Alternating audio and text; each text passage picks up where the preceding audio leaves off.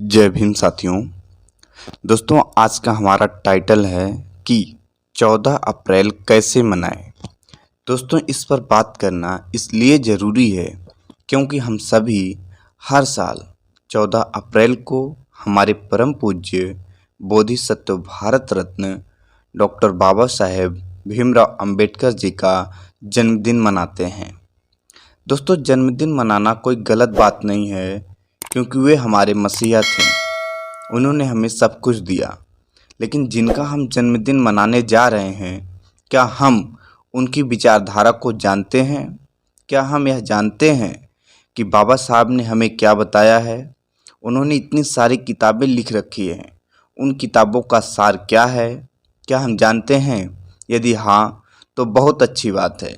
लेकिन यदि नहीं, तो आप इस वीडियो को पूरा देखें। मैं आपको यह बताने जा रहा हूँ कि बाबा साहब जी का जन्मदिन कैसे मनाएं, जिससे बाबा साहब जी की विचारधारा पर कोई सवाल ना उठा सके। दोस्तों, जैसा कि हम सभी देखते हैं कि पूरे भारत में तथा विदेशों में भी बाबा साहब की जयंती बड़े धूमधाम से मनाई जाती है। हर जगह आपको डीजे गाड़ियों पर बहुत सारे लोग झंडे लेकर रैलियां निकालते हैं। गली गली मोहल्ले में तथा गाँवों में व सड़क चौराहों पर हर जगह 14 अप्रैल के दिन बहुत ही खुशी का माहौल होता है।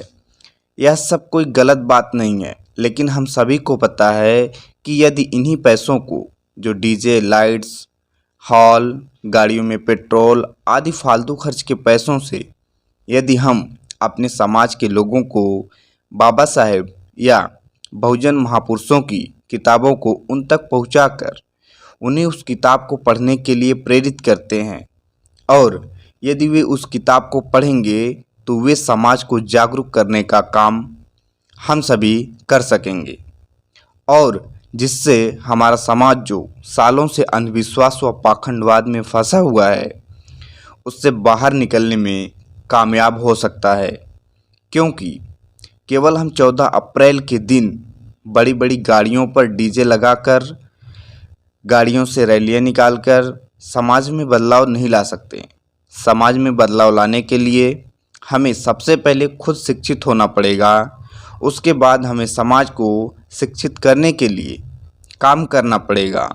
तब समाज में सकारात्मक बदलाव आएंगे। और जब समाज में समाज जागरूक हो जाएगा, तब हम आसानी से संगठित भी हो जाएंगे, और फिर संगठित समाज जो चाहेगा वह काम आसानी से कर सकेगा। और दोस्तों, जैसा कि हम सभी जानते हैं कि बाबा साहब भी यही कहकर गए हैं, और बाबा साहब भी यही चाहते थे कि तुम पहले शिक्षित बनो, फिर संगठित, और उसके बाद संघर्ष करो।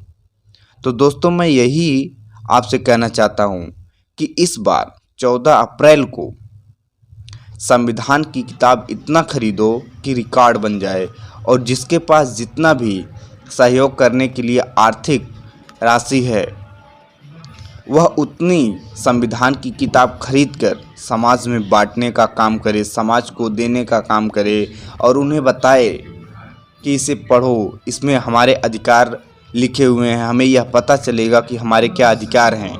और जब हम अपना अधिकार जानेंगे तो हम आसानी से हर किसी से बात कर सकते हैं।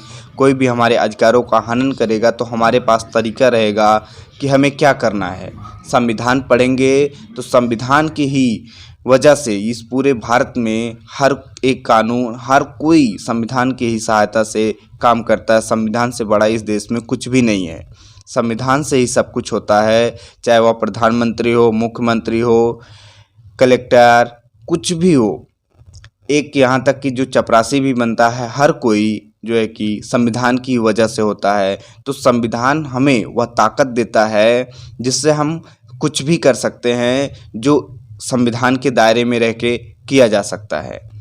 तो दोस्तों, संविधान बहुत बड़ी ताकत है जिसे हमें पढ़ना चाहिए, और हमें जानना चाहिए कि संविधान में क्या चीज़ें लिखी हुई हैं, जो कि हमारा समाज अभी भी संविधान से बहुत ज़्यादा दूर है। उसे नहीं पता है कि उसके हक अधिकार क्या हैं, उसे क्या कब मिलना चाहिए, क्या नहीं मिलना चाहिए, उसे पता नहीं है। इसलिए तो हमारे नेता जो होते हैं वो अपने मन की काम करते रहते हैं, कभी भी कुछ भी कोई भी नियम बना करके उसे इम्प्लीमेंट करने की कोशिश करते रहते हैं। वो तो समाज के कुछ जागरूक लोग हैं जो उस पर सवाल करते हैं, उनसे लड़ाइयाँ लड़ते हैं, फिर जा कर के हमारे संविधान से और हमारे जो है कि अधिकार कुछ बचे हैं।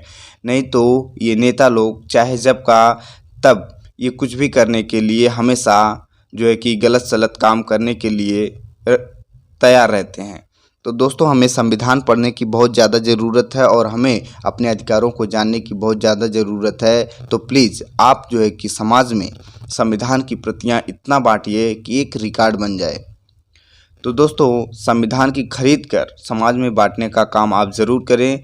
असल मायने में यही है हमारे बाबा साहब जी की जयंती मनाने का सही तरीका, कि हम समाज को जागरूक करने का काम करें। सबसे ज़्यादा बड़ी बात यही है कि हमें समाज को किसी भी हाल में जागरूक करने का काम करना है, चाहे कुछ भी हो जाए। तो दोस्तों, आप सभी को वीडियो देखने के लिए बहुत बहुत धन्यवाद।